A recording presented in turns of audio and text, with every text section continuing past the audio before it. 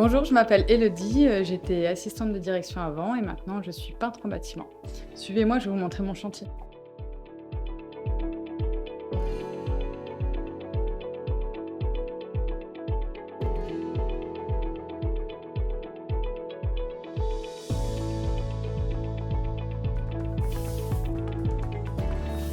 J'ai commencé à avoir fait le tour de mon précédent métier et je sais que j'avais pas plus d'évolution possible dans les années à venir. Donc du coup, j'ai changé de métier.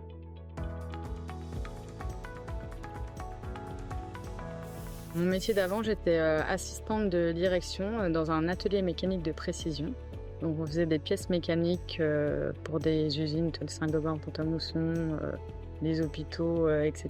Et je m'occupais de tout ce qui était administratif, compta, gestion personnelle. Aujourd'hui, je suis peintre en bâtiment. On a créé notre entreprise donc à deux avec une meilleure amie. On s'est associés en SARL, donc l'entreprise c'est Déclic Déco. Toutes les deux, donc on a choisi de faire une reconversion. Donc on s'est renseigné au début sur Internet, à savoir comment cela se passait.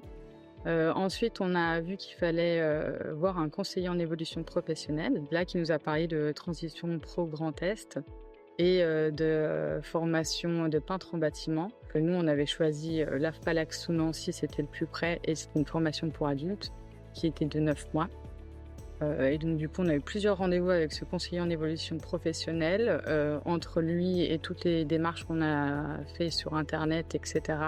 Donc on a monté notre dossier avec son aide, qui était très précieuse.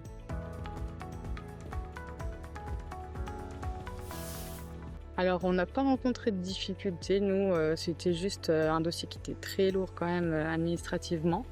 Après, on a eu la chance d'être deux finalement, donc toutes les deux on s'épaulait, on se donnait chacune nos idées, on le remplissait chacune de notre côté, puis on faisait une synthèse de nos idées à deux. Donc on a rempli exactement le même dossier, nous, pour être prises toutes les deux.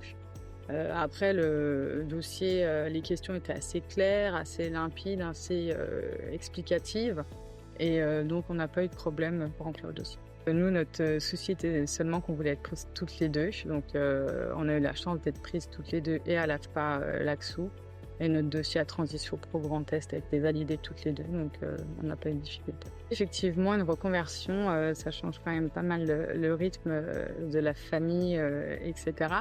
Après, déjà, j'ai eu la chance que mon ancien employeur ait validé que je puisse faire cette reconversion.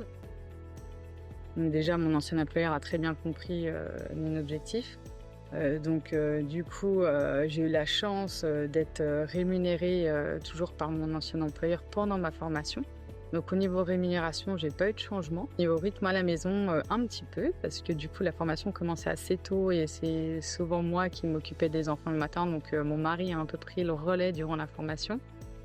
Et puis au début, c'est vrai qu'on n'a pas l'habitude, notre corps, à éprouver ces travaux ou cette condition physique, donc c'est un peu plus compliqué et fatigant, mais après, on s'y fait en fait. Moi, j'ai eu la chance du coup comme je suis passée par transition pro Grand Est, ensuite j'ai fait une démission pour reconversion, donc je suis repassée en commission, j'ai refait un dossier, et comme j'ai démissionné pour reconversion, j'ai la chance d'avoir la rémunération de France Travail du coup.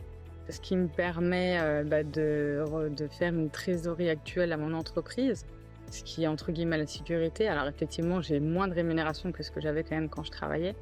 Heureusement, je savais que j'ai mon mari qui était là derrière et qui pouvait pallier si besoin à nos besoins justement.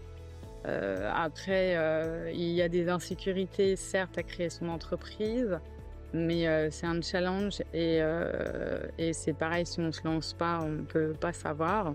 L'échec est possible, mais c'est aussi une bénédiction de faire un métier qu'on aime. Et moi, j'ai pas l'impression de travailler du tout. En fait, j'ai l'impression de m'amuser tous les jours, donc j'ai pas l'impression d'aller au travail.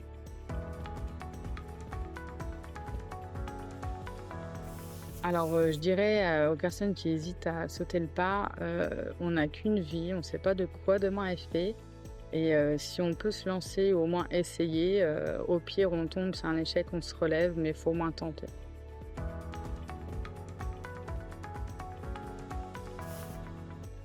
Et ben, si c'était à refaire, je le ferais à 10 000%. Je ne regrette pas et je pense que je ne regretterai jamais. J'ai vraiment trouvé ma voie et ça me plaît ce que je fais tous les jours.